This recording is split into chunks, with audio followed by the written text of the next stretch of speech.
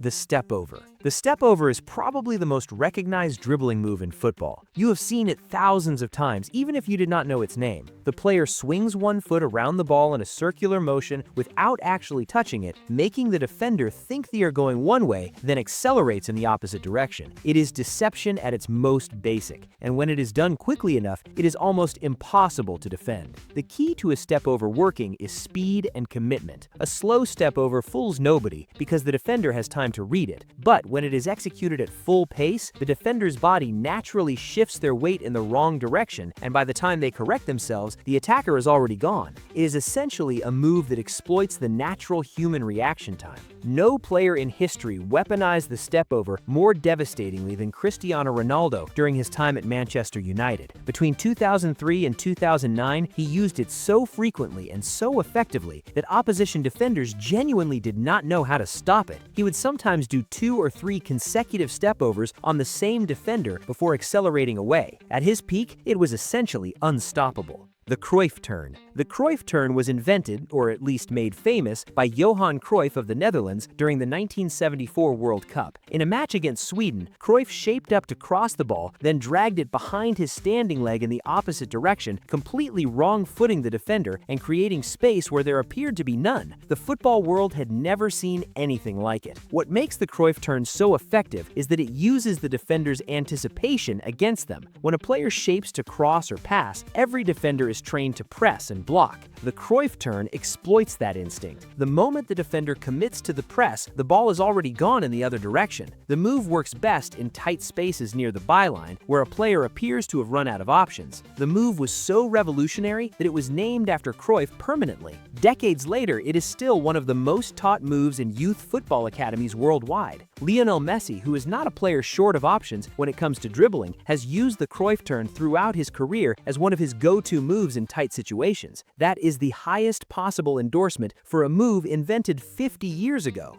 The Elastico. The Elastico, also called the flip-flap, is one of the most technically difficult dribbling moves in football. The player pushes the ball to the outside with the outside of their foot, making the defender shift their weight in that direction, then immediately snaps the ball back to the inside with the inside of the same foot in one fluid motion. The whole thing happens so fast that it looks like the ball is attached to the player's foot by a rubber band, hence the name. The difficulty is in the timing. Both touches, the outside push and the inside snap, have to happen almost simultaneously and with exactly the right weight. Too slow and the defender reads it. Too heavy on the outside touch and the ball runs away. It requires a level of close control and touch that very few players in the world can execute consistently at full speed under pressure. Ronaldinho is the player most associated with the Elastico, and he did not just use it, he turned it into art. During his peak years at Barcelona between 2004 and 2006, he was executing it at full speed in tight spaces against the best defenders in the world and making it look effortless. Ronaldinho himself credits the Brazilian legend Rivelino as the original inventor of the move, making it one of football's most beautifully passed down pieces of skill. The Roulette or Marseille turn. The Roulette, known in some countries as the Marseille turn, is a 360-degree spinning move where the player uses both feet in sequence to roll the ball and rotate their entire body past the defender. The first foot drags the ball backwards, the second foot rolls it in the new direction, and the player's momentum carries them through the spin and away from the challenge. When it works, it is one of the most visually spectacular moves in football. The risk is significant. Turning your back on a defender and committing to a full 360-degree rotation means you lose sight of the ball, the defender, and the pitch for a brief moment. If the timing is even slightly off, if the defender reaches in during the spin, or the surface is uneven, the ball is gone and you are facing the wrong direction. It's a move that requires complete confidence and perfect execution. Zinedine Zidane made this move his personal signature. He executed it so consistently and so elegantly throughout his career that it became almost synonymous with his name. What made Zidane's version particularly remarkable was that he used it not just on the wing or in open space, but in the middle of the pitch under intense pressure, areas where most players would never even attempt a move this ambitious.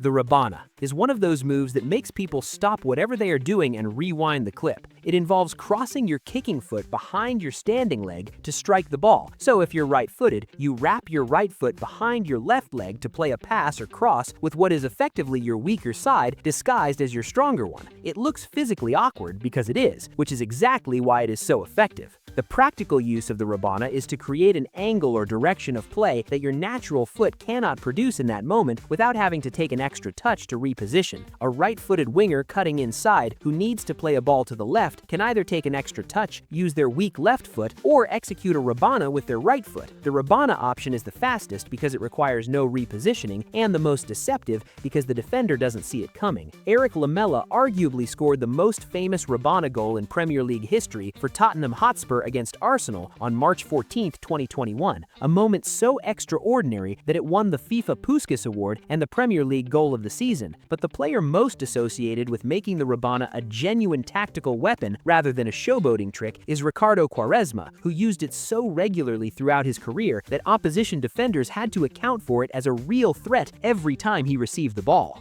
The nutmeg. The nutmeg is the most humiliating move in football. Full stop. It involves playing the ball through the defender's own legs and collecting it on the other side. And the reason it carries such a unique psychological weight is that it uses the defender's body against them. Every other dribbling move goes around the opponent. The nutmeg goes through them. For a defender, being nutmegged is the ultimate public embarrassment. The mechanics are simple, but the execution requires precision and reading of the opponent. The gap between a defender's legs is only available for a fraction of a second, usually when they are planting their feet to make a challenge or shifting their weight. Thread the ball through too early and there is no gap. Too late and the legs have closed. The attacker has to identify the exact moment the gap opens and play the pass with the right weight to get through and past in one move. Lionel Messi has nutmegged more elite defenders than possibly any player in history, and what makes his version so devastating is that it is never just a showboating trick. Every Messi nutmeg leads directly to a scoring opportunity. He uses it as a functional weapon, not a flourish. There is even a famous compilation of Messi nutmegging specifically world-class defenders that has accumulated tens of thousands of views online, which tells you everything about both the frequency and the quality of his execution.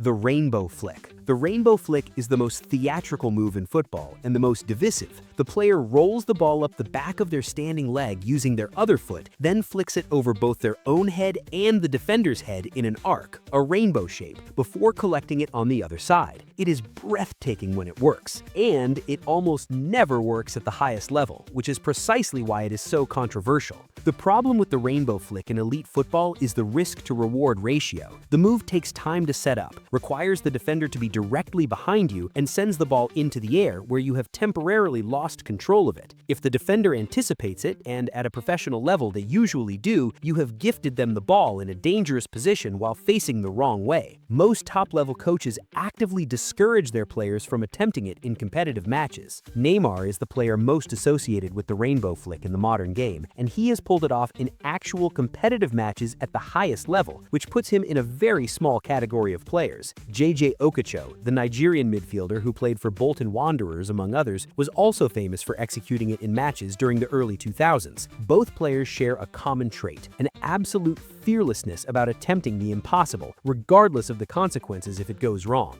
The body feint, or shoulder drop. The body feint, sometimes called the shoulder drop, is the most understated move on this list and possibly the most effective per attempt of any move in football. Unlike the step over or the elastico, which require technical execution with the feet, the body feint requires almost no footwork at all. The player simply drops their shoulder and shifts their body weight sharply in one direction, then accelerates the opposite way. That is it, and it works at every level of the game, from Sunday League to the World Cup final. The reason it is so effective is that it exploits something fundamental about how humans read movement. We naturally track the shoulder and upper body of the person in front of us because evolutionarily that is the most reliable indicator of where someone is going. The body feint hacks that instinct directly. The shoulder goes one way, the feet go the other, and the defender has already committed in the wrong direction before their brain has processed what happened. Thierry Henry at Arsenal was a master of the shoulder drop and used it consistently to create the half yard of space he needed to get his shot off.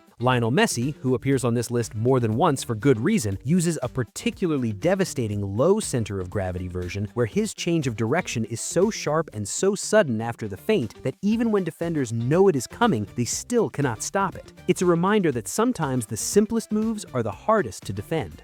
The La Croqueta. The La Croqueta is the newest move on this list in terms of widespread recognition, and it's named after, of all things, a Spanish fried food. The move involves transferring the ball from one foot to the other in a single smooth sideways motion while the player moves laterally, dragging the ball across the body past the defender. It sounds simple. In slow motion, it looks almost too straightforward to be effective. At full speed, under pressure, it is genuinely one of the hardest moves to defend in modern football. What makes the La Croqueta so dangerous is its combination of speed and deception. The lateral ball transfer happens faster than the defender can shift their weight to cover it, and because the player is moving across the defender rather than directly at them, it creates a different kind of problem than a straight-line dribble. The defender can't simply backpedal, they have to move laterally at the same speed as the attacker, which is much harder. Andres Iniesta was the player who made the La Croqueta famous, and he used it more consistently and more effectively than anyone in the history of the game. During his peak years at Barcelona and with the Spanish national team, Iniesta would execute it in the tightest midfield spaces imaginable, areas where most players would take a touch to control